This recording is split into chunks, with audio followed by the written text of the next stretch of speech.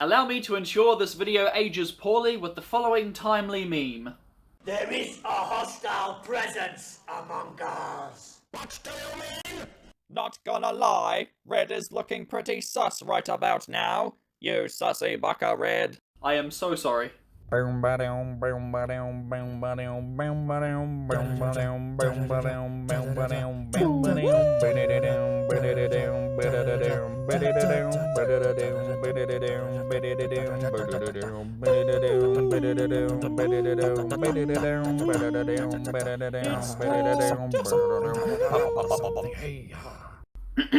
Here's a bit of history for you. Today's singular episode story is the only one-part serial from the show's original run. It's mostly remembered for that unique quality, but also for the fact that it doesn't contain any of the principal cast members. No Doctor, no companions. Unfortunately, like so many episodes in this third season, it's been lost to time. Mission to the Unknown is a prelude to the upcoming 12-part story, The Daleks' Master Plan, a serial I am dreading getting to for its sheer size and lost episode count. So you've got this single episode story with none of the regular cast, sandwiched in between two unrelated adventures. Oh yeah, this is immediately followed up by the 4-part of The Mythmakers, and then The Daleks' Master Plan? It's a bit confusing, but hopefully it'll make sense when we eventually get there. Now, of course I hear you wondering, how's the episode? Well, it's actually great. Without any of the main characters, there's this real sense that anything can happen to those we follow throughout the story.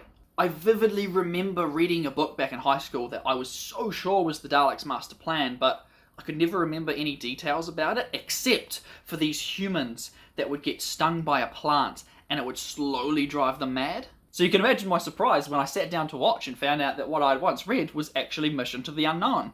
Whether I misremembered which book I read doesn't matter, because that memory is always stuck with me vividly, so getting to watch it play out on screen was awesome. It's a simple story really, but an effective one. While on the run, two humans desperately try to send a distress signal to Earth. Meanwhile, the Daleks join forces with some generic bad guys to once and for all conquer the universe, starting with the destruction of Earth. There was a real sense of urgency, and you can't help but feel for these human characters. It reminded me a lot of Rogue One, a Star Wars... Ugh, that's not Rogue One, ew.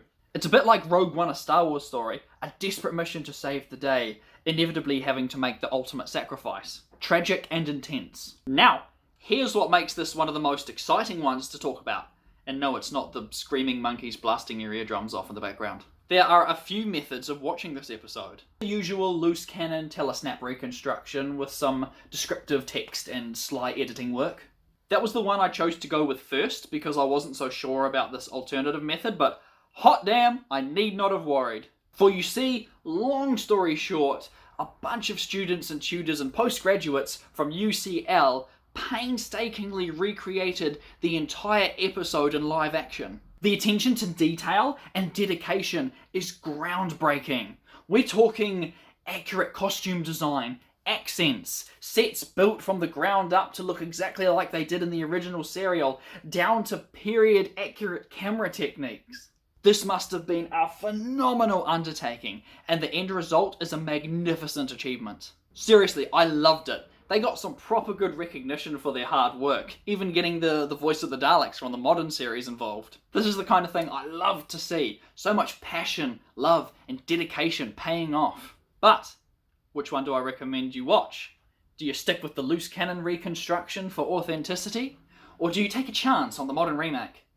Well, if you need that question answered for you, may I remind you of this little scene that the modern version has? I am told that there are hostile influences from the solar system among us. Not among us! Done. The remake is the superior version. Now go watch it now on the official Doctor Who YouTube channel.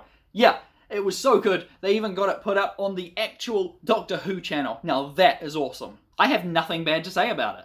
Honestly, it's so good that it makes me sad that for years Doctor Who fans have had to put up with ugly animated reconstructions. Speaking from the heart, I enjoyed watching this a heck of a lot more than the entirety of the Galaxy 4 animation.